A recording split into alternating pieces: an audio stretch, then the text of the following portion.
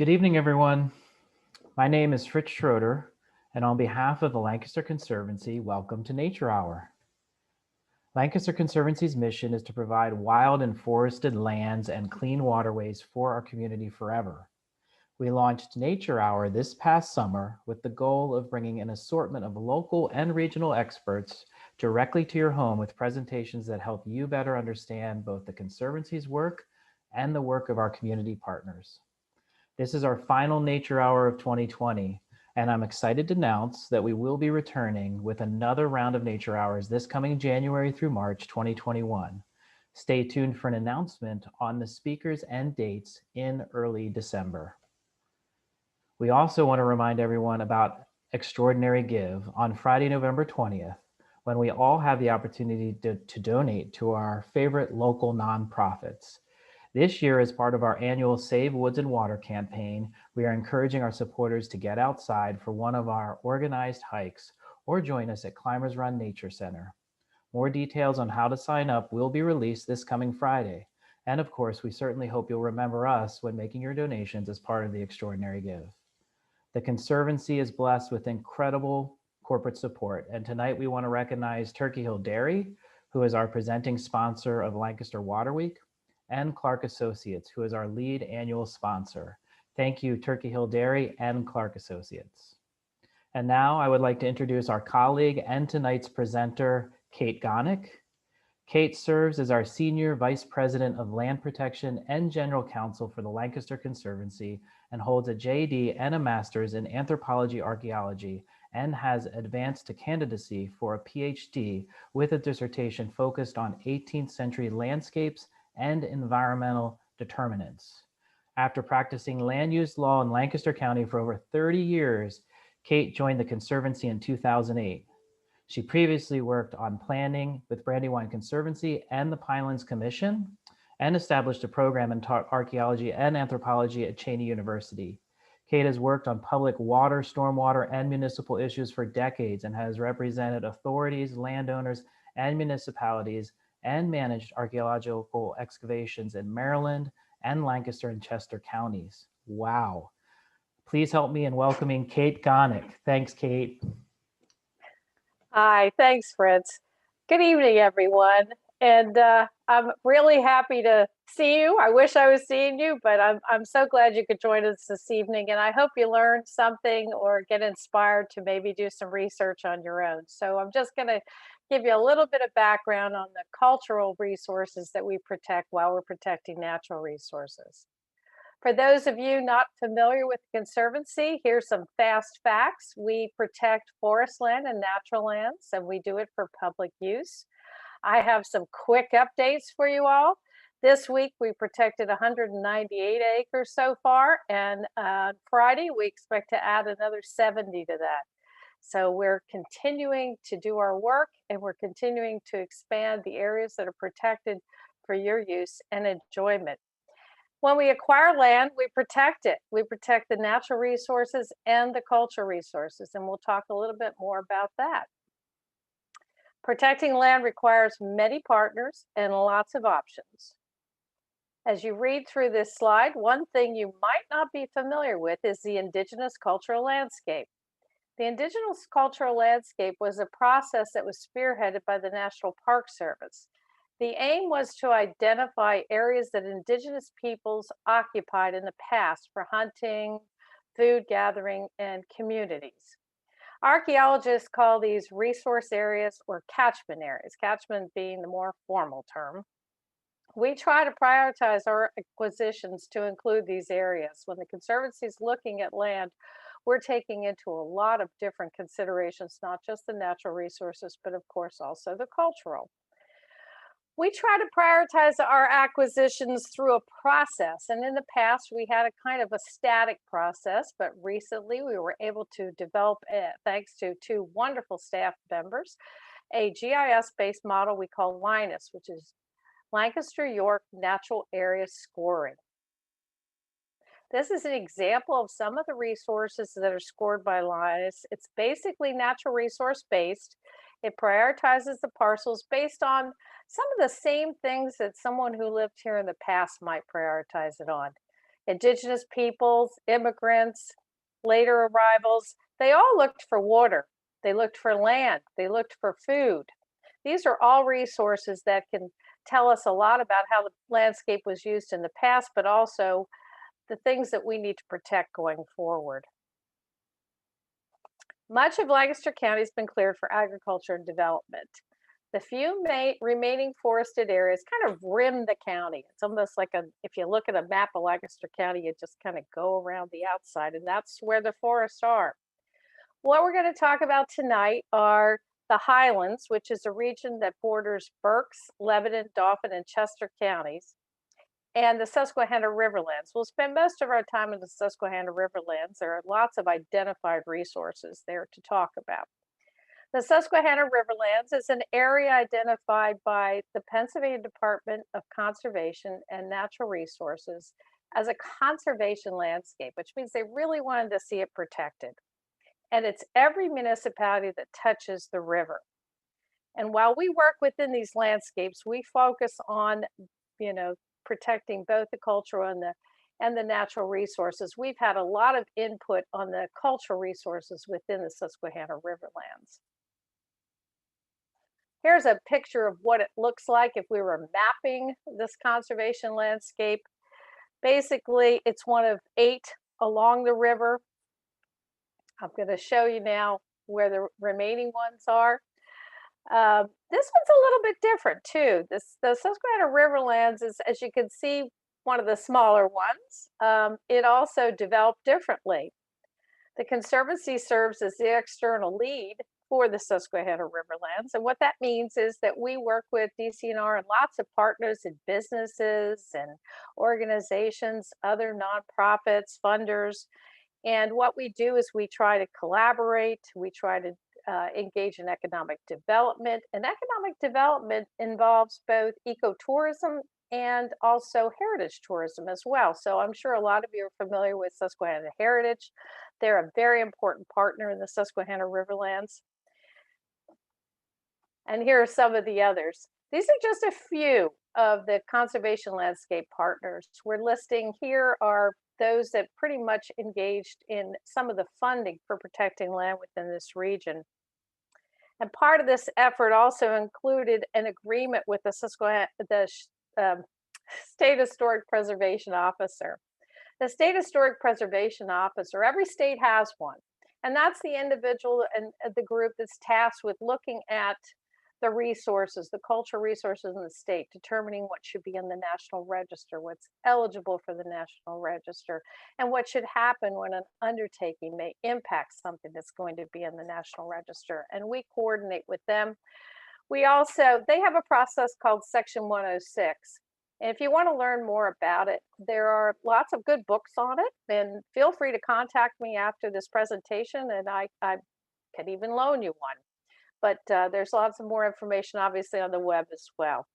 We also work with the Pennsylvania Historic and Museum Commission, and they help us identify and protect these significant lands. They were instrumental in the planning that went into defining the Indigenous cultural landscape, and the Conservancy worked on that as well. Here are some of the maps of the Riverlands area that I was just talking about, and some of the properties that we protected. The Conservancy preserves are in green.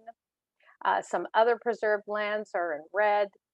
You can see some trails in these sections, which are the northern and middle. You can clearly see the Mason-Dixon Trail on the York County side and the Conestoga Trail on the Lancaster County side. Mason-Dixon's in blue, Conestoga in orange. And you can see how those trails connected these different landscapes and served as a corridor for both wildlife and humans throughout time. There were also many Indian paths that crossed through these lands and along these lands. This is a map of, as you can see from this map, a lot of land, and I'm a little klutzy, so bear with me. Anyway, as you can see from this map, a lot of work in this landscape focus on protecting the area between Safe Harbor and Holtwood. And this is an area where a lot of the lands were owned by originally PPL and then Talon Energy and then Brookfield Renewable. And this area had been occupied for thousands of years by Indigenous peoples. They practiced a variety of lifeways, variety of settlement patterns. And the term lifeways means just what it says. Lifeways. How do you live? How do you live? Where do you live? What is your housing? What do you eat? Those kinds of things. How do you get your resources? So they also practice settlement patterns, which is where do you place yourself on the landscape and what do your villages look like? What does your housing look like? Later, free and enslaved African Americans and Europeans arrived, followed by a variety of immigrant groups. And with the advent, you'll learn as we go through this, with the advent of Europeans, freed and enslaved Africans, and other immigrant groups, the landscape changed dramatically. Many new towns and businesses and industries developed within the river corridor, and new villages sprung up. And many of the industries included iron forging, milling, quarrying, brick making, larger scale agriculture, and manufacturing. And as new immigrant groups arrived, new ideas arrived as well. So this is just, again, some of the lands that we're protecting within this landscape. Culture resources along the river. The area, as I said, has been occupied for thousands of years. We could probably spend hours and hours talking about cultural resources and the history of the land along the Susquehanna River. We get this information from archaeology, which, if it's conducted according to professional standards, provides a window into the past and how people lived in the past. What the Conservancy does is really critical because the Conservancy protects the land and the rich resources that are in the land. By protecting the subsoils, just protecting the top of the land and everything underneath it from development and ground disturbances, we're allowing those archaeological resources to remain in place. And archaeology is a very interesting discipline. It's evolved over time. In the beginning, archaeologists really focused on the history of indigenous peoples, huge civilizations. They looked at throughout the world at how humans evolved over time and things of that sort. In the United States, early historic archaeology, as well as historic accounts, focused on documenting the rich and famous. Historic archaeology is now expanding. We're starting to see more research into the studies of contributions and histories of other groups and activities, different kinds of, there's industrial archaeology, underwater archaeology, but historic archaeology combines the written record and then also monitored and professional excavation work. Archaeologists today argue for preservation in place while we develop new technologies and approaches to extracting history. Some of you are probably familiar with LIDAR. LIDAR has been a huge boost to archaeology because we can see signatures of what may be below ground. But in the future, much more will be gained from technological advances that will allow us to extract more history than we could today. So it's best to leave the earth undisturbed. The history will be there right now. It will stay there until we have the technologies to really get the wide breadth of knowledge that the best we can possibly get if we have to disturb it. But once it's disturbed, it's lost forever. So we need to keep it intact and to promote future research as well. We also acquire historic information from written materials. You all know this. But early written history also focused on wealthy local leaders, businessmen, landowners, and historic maps. If you start to use historic maps or if you ever worked with them, keep in mind that sometimes individuals were asked to pay to be listed on the map. So when you look at a map, you may not be seeing what was really on the landscape in those days. You may be seeing part of it, the part where those individuals were able to pay, or they wanted people to know where their business was so they could go to it, things like that. This is starting to change. Historians are digging deeper into the written record. They're looking at it from different perspectives. They're using different eyes. And the voices that many times weren't included in written history are now being included in written history. So it's very important to protect historic and pre-contact archaeological remains because what is missing from the written record about Indigenous peoples, enslaved and free African Americans, women, and other minorities who contributed so much to the development of this country, and yet we're not heard and may be missing from a lot of the written record, can be extracted from the remains of how they lived, where they lived, what they did, what their contributions were. There's so much you can learn. So we're going to start now with talking about Indigenous peoples, and then we're going to it'll be a chronological approach to this evening's conversation. And I hope you have lots of questions at the end. I really do. This is a slide that gives you a little bit of information about how archaeologists decide this is how we're going to view the past. We come up with cultural time periods, and these time periods they're flexible. This is based on evidence of occupation, use of the landscape by Indigenous peoples, and it was ordered basically into different categories based on technologies that were utilized, advances that were made, and the way people lived. So we start with Paleo-Indian. It's being pushed back. Probably when some of you were young, you heard that, Native Americans or Indigenous peoples were here 10,000 years ago. Now we find evidence of 20,000 years ago, and it keeps getting pushed back more and more. New research refines these dates. They had beautiful, beautiful stone tools. They were just gorgeous. And but we don't know as much about them as we do some of the later cultures, because as we go through time, there's more of a record. So there's more information that we can extract. Then we have the Archaic period, a transitional period, and these were all informed by the tools, which were also informed by the environment. So Indigenous peoples, just as everyone across the world does today and always did, we're resource driven. We're natural resource driven. We need to be able to feed ourselves, clothe ourselves, and make sure that we have water to drink. So through time, the climate changed. Certain species went away. They weren't hunted anymore. Other species became more, let me see, there were more of them. And so they were more heavily hunted and things of that. And as the food sources started to expand, when we get to the late woodland, that's when we start to see, in the woodland period, we start to see pottery being developed. We start to see villages start to form, larger populations, and all that comes with that as well. And then the contact period is when groups came to America and started to interact with the indigenous peoples who were already here. So that's the contact period.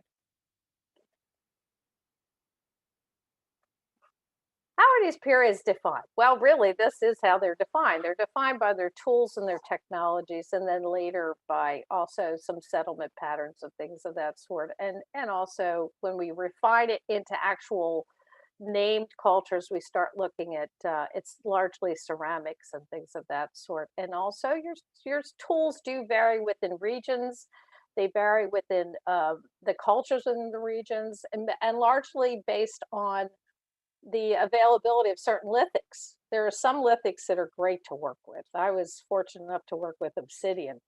Oh my gosh, obsidian is fabulous. You just bang, and I was told by a professor that there was a archaeologist in Colorado who made his own stone obsidian surgical tools because they cut so beautifully, and he had to have a surgery performed, and he insisted that his physician use his obsidian tools, and they did.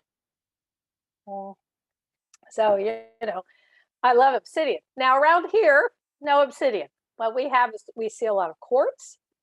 We see some trade jasper. We see some other jaspers of much finer stone than quartz is. But these, are the shapes, the lithic materials that were used throughout time. were steady because the quarries existed or they didn't exist, but the shapes of the tools and the use of the tools and the expanding toolkit with more and more tools changed throughout time. And that's part of the way that we've been able to define these periods as archaeologists. What you probably heard most about are named cultures. So locally, we have the Shanks Ferry people and the Susquehannocks. The Susquehannocks were Iroquois-speaking individuals that were later in time and arrived on the scene later in time than the Shanks Ferry people. And Indigenous people obviously occupied this area in the Susquehanna, along the river, throughout Lancaster County, for a much longer period of time than the Shanks Ferry and Susquehannocks were around. As you saw earlier, we can take things back to 20,000 years ago. But people know more about those particular cultural groups that were named. And so we're very familiar with the Shanks Ferry people and the Susquehannocks. They were a little bit more, not advanced, but they had a more complex culture. And so we were more capable of learning more about what they did and how they lived and where they were. And we use settlement patterns, again, where they live, how they live, what their villages look like. Did they live in a village? Did they live in a small group? How did it expand? And also pottery. Pottery is around during this time period, and different cultures decorated their pottery different ways. They also use what's known as temper, and some would use shell temper, some would use grit. That can tell you a little bit about the time period when the pottery was developed, but it can also, in some cases, tell you a little bit about a cultural affiliation, like which culture used this. The Shanks Ferry people, my gosh, where do we see the Shanks Ferry site? Well, they did stretch back in on the tributaries from the Susquehanna largely, and they moved over into, I think there's some sites in Chester County. There's one on the west branch of the Susquehanna. But the one that you're most familiar with is at the Shanks Ferry Wildflower Preserve, another place that the Conservancy preserves both cultural and natural resources. You're probably all familiar with the natural resources there. The Shanks Ferry site that's located there was in the last phase, which was that phase right when the Susquehannocks started to come into the region and became a more dominant force. The Shanks Ferry site was a small, unpalisaded settlement. And it was significant because it evidenced trade with the Susquehannocks. And the Susquehannocks were a little bit, they were distinct. They came later. They developed larger villages. They, they developed larger, more advanced agriculture. So there's a way of defining, but the different occupations and the different activities. But really, archaeologists, they pick up a pottery shard, they're going to look at it, they're going to say, and here's Shanks Ferry. For those of you that haven't been to Shanks Ferry Wildflower Preserve, you can see that water runs through it, Grub Creek. So there's a water resource close by. There was a trade ability of the Susquehanna River. And there were some highlands that are defensible at that location as well. So it has a lot of the critical components that one would look for if they were trying to develop a place to live when there were other groups in the area that they may or may not get along with. Here's a Susquehannock rim, which is the upper edge of a pot from the Susquehannock site, and a fully reconstructed Shanks Ferry vessel. And if you look closely, and I know we're all on computers, so it's not that easy to do, there's evidence there that could show you the different patterns and the different decorations. And that's, again, why the Shanks Ferry site at Shanks Ferry Wildflower Preserve is so significant, because it is a site that showed some Susquehannock and some Shanks Ferry traits in the pottery. So some people believe that there was interaction there. In fact, most people believe that's why it's significant. And what that interaction consisted of is not clear. There's a lot of speculation around the Shanks Ferry people and what happened to them in the long term.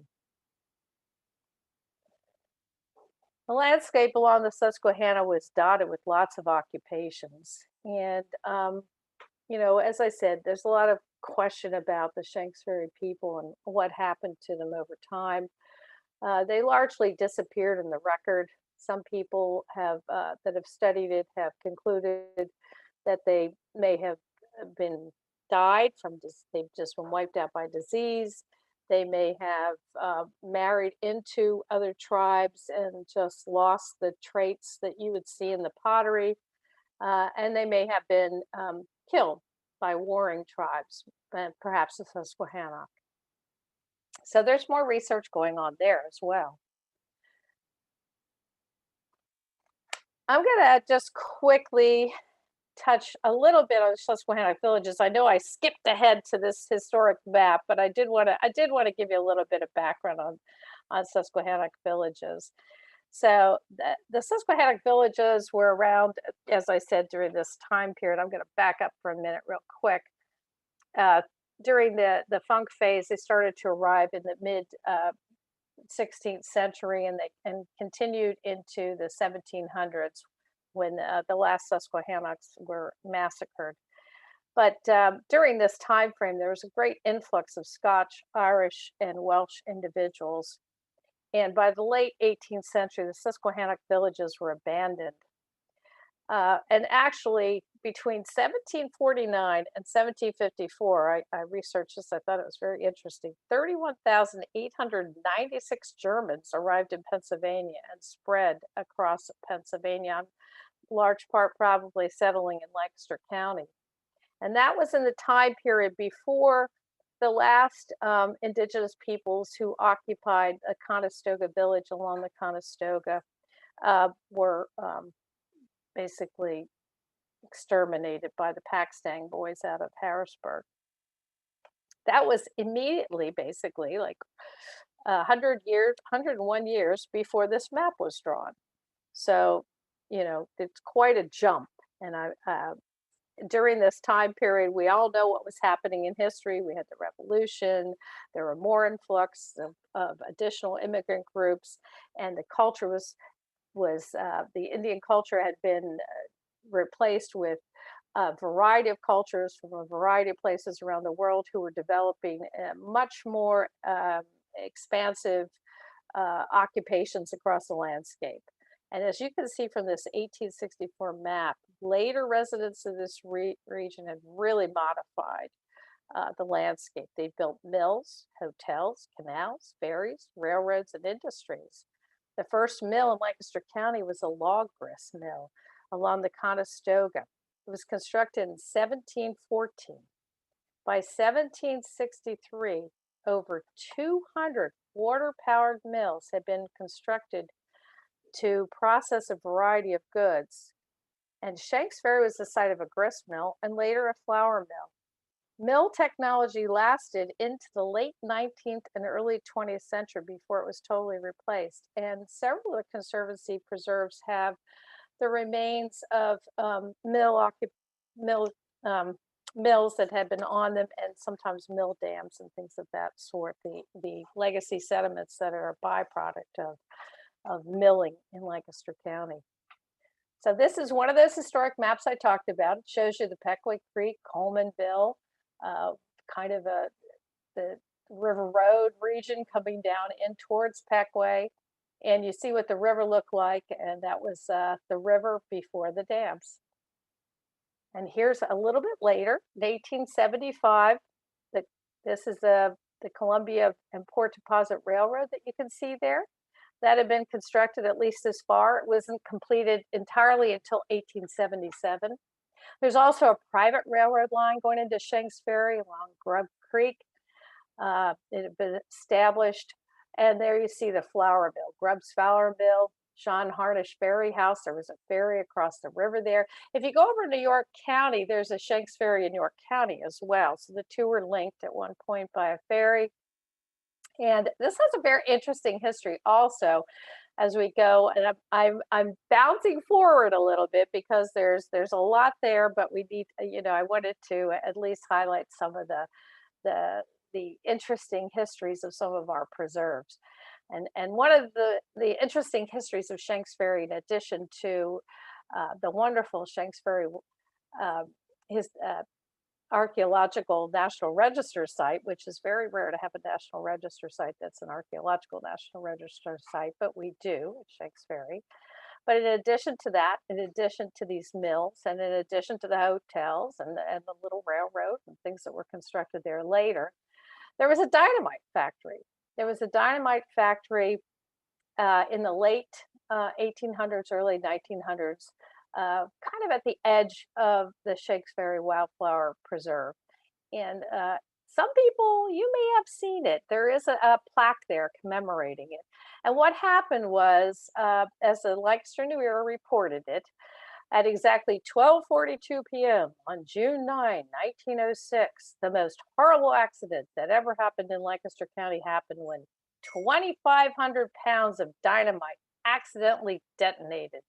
The explosion obliterated the building containing the explosive, and according to the report in the paper, it tore 11 men, now this is kind of gruesome, inside to pieces so small that 10 were utterly identifiable. The blast was reported to have flattened many of the trees on the surrounding hillsides. Lots going on there at Shanks Ferry Wildflower Preserve that maybe we didn't think about before. So you can see that not a great occurrence in that, but interesting history. We also protect cultural resources on other preserves. I spent a fair amount of time there at Shanks Ferry, but I want to touch on some more.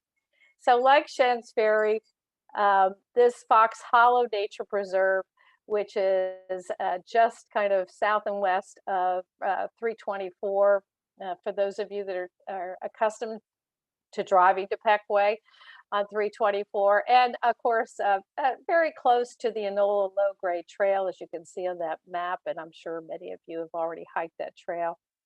It's located adjacent to a National Register listed covered bridge. It's upstream from a National Register eligible Colemanville Historic District, and it's downstream from the Mardick Forge Mansion.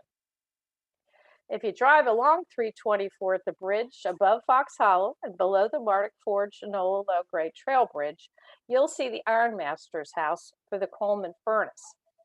This mansion was constructed in the late 18th century and was purchased by the Coleman family, 18th and 19th century ironmasters, in 1803. This is around the same time that the stone workers' houses that line the Colemanville Historic District along 324 were constructed. And while it's not listed on the National Register, the exterior of the ironmaster's house survives, and it's very easy to identify if you're going down there.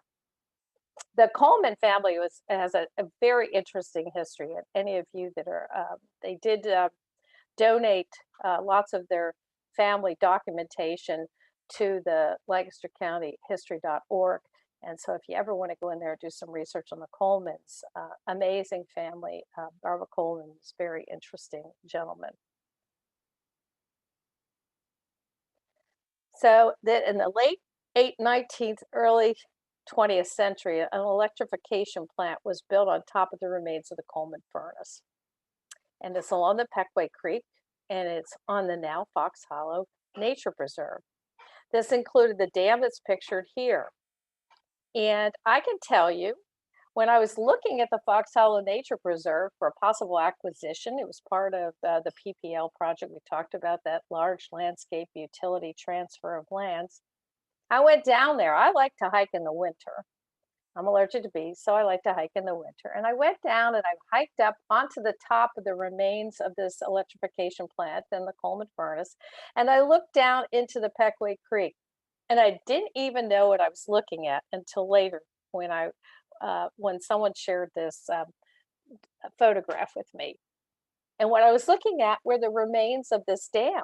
And if you go down there in the winter, or just when the water's clear, and we've had, it won't be this week, but it certainly has been this summer, this fall on certain occasions, and you hike up onto the top of that, be very careful doing it. But if you do that and you look down in, you will see the lowest level of this dam and the way it was constructed. It's very interesting to see. And on this slide, you'll see the way it worked. There's the covered bridge in the background that's still standing today. That covered bridge was washed from its abutments during a major flood in 1972 known as Agnes, which did amazing things. It was lifted back on to the abutments in 1973, and there were plans to replace it with a modern bridge. I think it was in the 80s that those plans, 80s or 90s. It was opposed by a Peckway citizen, and I can't say enough about one individual making a difference in this world, because this woman who was going through chemotherapy at the time, just a regular person. She mounted a successful campaign, and she was able to convince PennDOT not to replace the bridge, to rehabilitate it, and it was listed on the National Register. So if you think you're not going to make a difference, don't believe it. You can. One person can make a difference. So from 1903 to 1929, a trolley ran along the Peckway Creek. It came down from Lancaster. It split right at Fox Hollow, went up over a hill towards Rollinville, and then the other line went in towards Peckway. It was fueled by the electrification plant at Fox Hollow, the remains of which are still there today. And a lot of information was gathered about the trolley system by a man named Mike Kermesky. He's an amateur historian. He shared it with the Conservancy some years ago when he heard we were going to acquire this tract. And I have to say, we benefited quite a bit over the years from amateur historians sharing their research with us. So if you're interested in conducting some historic research, we have great historical societies in Lancaster and York counties. They have good documentation. You can find photographs. Actually, these photographs are postcards. There's a postcard book that contains many of these. So, but I encourage you all to consider just having some fun, going through some files, just researching a property. Here's a picture of the trolley coming into the town of Peckway in the early 20th century. And Peckway started in the 19th century mill town, as many towns did. And with the advent of the trolley, Peckway became a booming resort town. It had amenities including seasonal cottages for rent, an amusement park, a dance hall, and the 1903 Riverview Hotel. There's a lot of above, not too much above, a little above, but a lot of below ground history of the development of recreation in this area, and it's been protected by the Conservancy. We acquired, again, some lands within the town of Peckway from as part of that utility transfer project. Here's a picture of the Holtwood Nature Preserve and Pinnacle. And so you can see, again, water resources, all the things that you need in order to sustain life. But you're not seeing, what you're seeing here is a map of the preserve. What you're not seeing is many of the historic remains that existed on both sides of the river at this location. There was something called McCall's Ferry that went across at Holtwood near Pinnacle. And between 1835 and 1940, the Susquehanna Tidewater Canal was constructed on the York side of the river. It continued to operate into the latter part of the 19th century. Canal development in the York Furnace area near Otter Creek Nature Preserve included a toll house and a weight lock. And there's an 1860 atlas map that depicts additional structures, including a post office, a furnace, sawmills, a hotel, pavilions, livery stations, iron furnace, lime kilns, and worker housing, along with the York Furnace Bridge, which for a brief period spanned the Susquehanna. Lots of people, inspiring, enterprising individuals made attempts on various occasions to span the Susquehanna River. They built bridges, and unfortunately, many of them were short-lived due to the ice jams, floods, and other weather events that occurred along the Susquehanna and still continue to occur to this day. I have an example of a canal here. This isn't a canal that was in the southern end. This was in the northern end. It was at Falmouth. The canal system ran from the north, where lots of lumber would float down and other goods and services, and they would run into Columbia.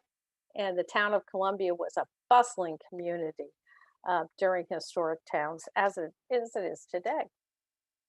The dams vastly, vastly altered the landscape. This photo was taken in 1907 and it depicts the living conditions of Italian immigrants that built the dams and the bridges along the Susquehanna and inland. And if you travel the Enola Low Grade Trail, you'll cross beautiful bridges that were constructed by these immigrants. Take a drive through Quarryville and look at their skillful designs. Really do. These immigrant groups did a lot to improve the region and to add to um, our ability to live the lives that we live today. And I have to tell you, when you look at this photo up close, you'll see that across from that house, there's just a sheer wall. This was built into the side of the hill at Holtwood, so you wouldn't want to be a sleepwalker.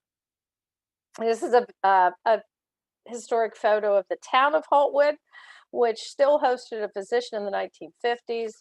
And in the 20th century, Safe Harbor Village also existed, hosting company workers. The companies that built the dams also built these company towns. And but this one has pretty much disappeared. But the Safe Harbor Village still exists. It's owned by a private individual, and it continues to house individual residents. It's a very interesting historic company town, but it is owned by a private individual, this town. A quick tour of the Highlands. The Highlands is a region that runs from Connecticut to Maryland. It's recognized by the federal government, and our 940-acre Welsh Mountain Nature Preserve is within that region. This land was owned by New Holland Water Authority and then permanently protected by the Conservancy. Occupations there followed a very similar course to the indigenous time periods that we talked about earlier, but there were additional later cultures that occupied eastern Lancaster County, with Lenape coming out of the Delaware. The Welsh Mountain Preserve includes the remains of 18th and 19th century charcoal pits related to charcoal making for nearby Pool Forge Iron Furnace.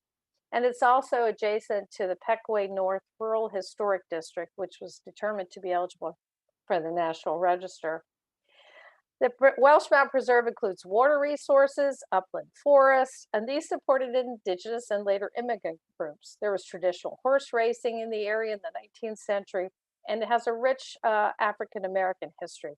Both the nearby Carnarvon Township Historical Society and Salisbury Township Historical Society are available for additional research.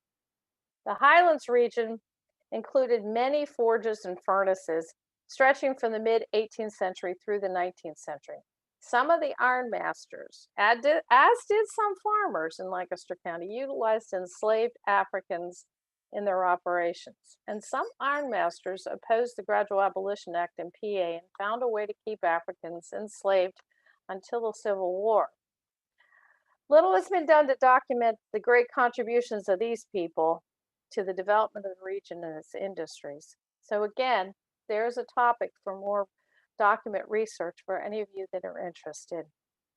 In addition to the rich archaeological record that we protect, the Welsh Mountain includes some above ground resources, likely more recent occupations. If you could see into that, I mean, you can kind of see it on the left, but if you could look into that,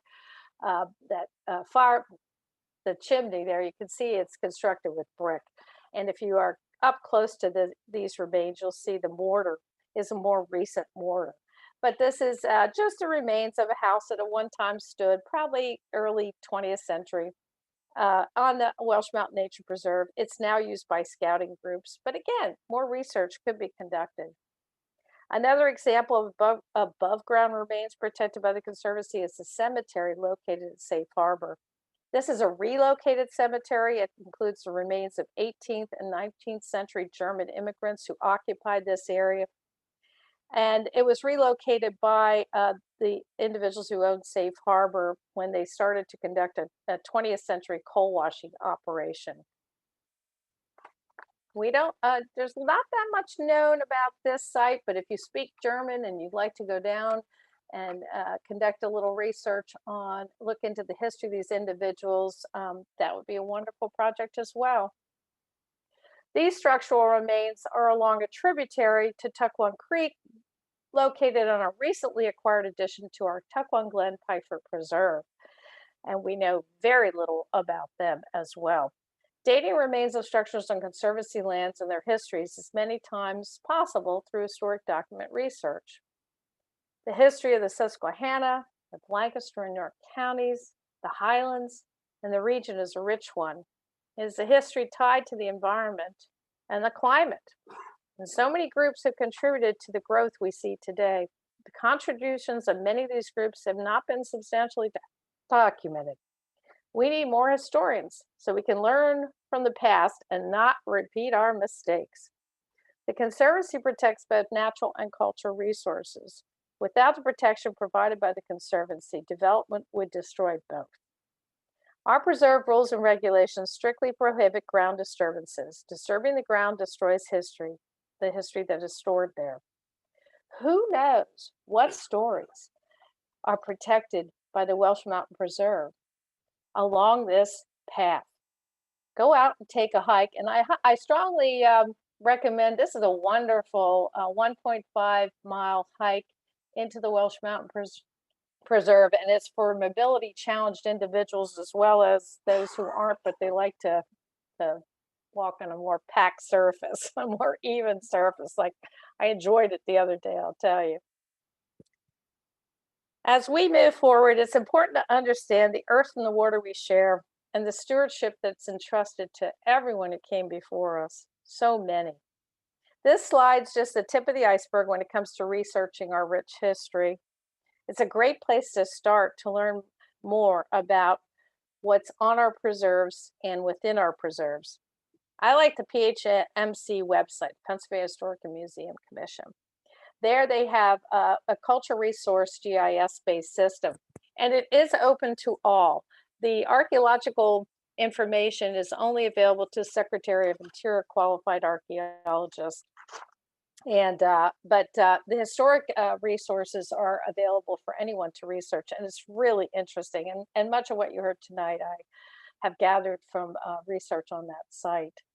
We also have Uncharted Lancaster and local amateur historians who post there, and I found that some of that's very interesting. There was a recent article about Peckway, which is a large resort that was supposed to be constructed on top of the hill as you're coming into Peckway on River Road and 324.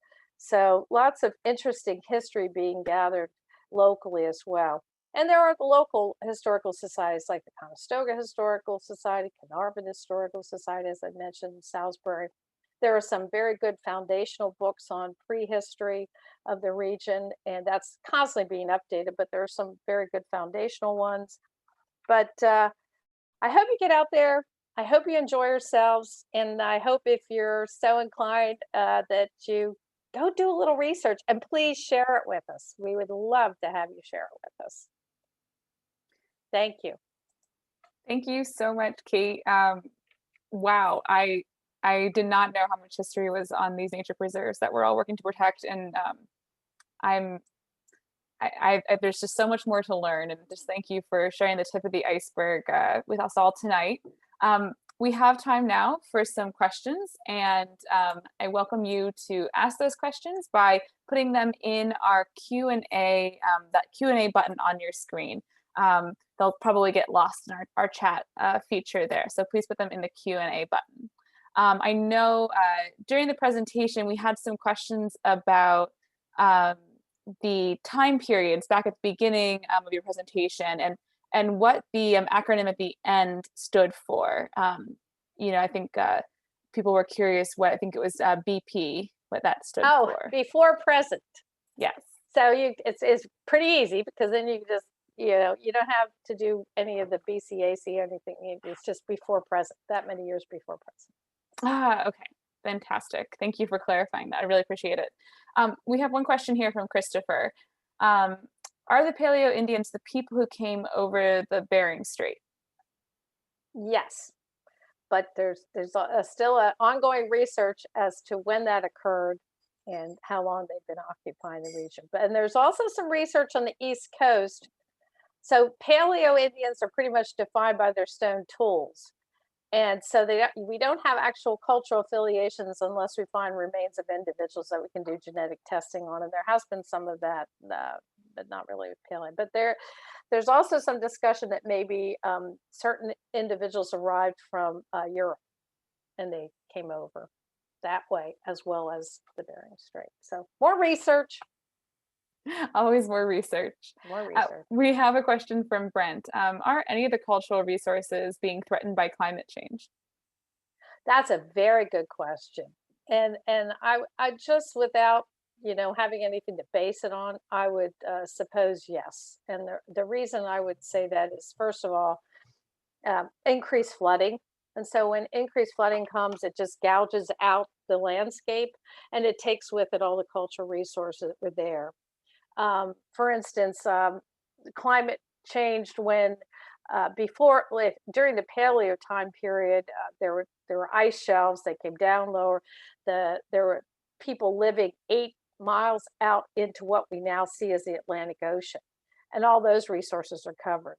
There are resources covered in the Gulf of Mexico, so we lose them. They're covered in place. Yes, it has a huge impact. It really does. I personally have a question for you.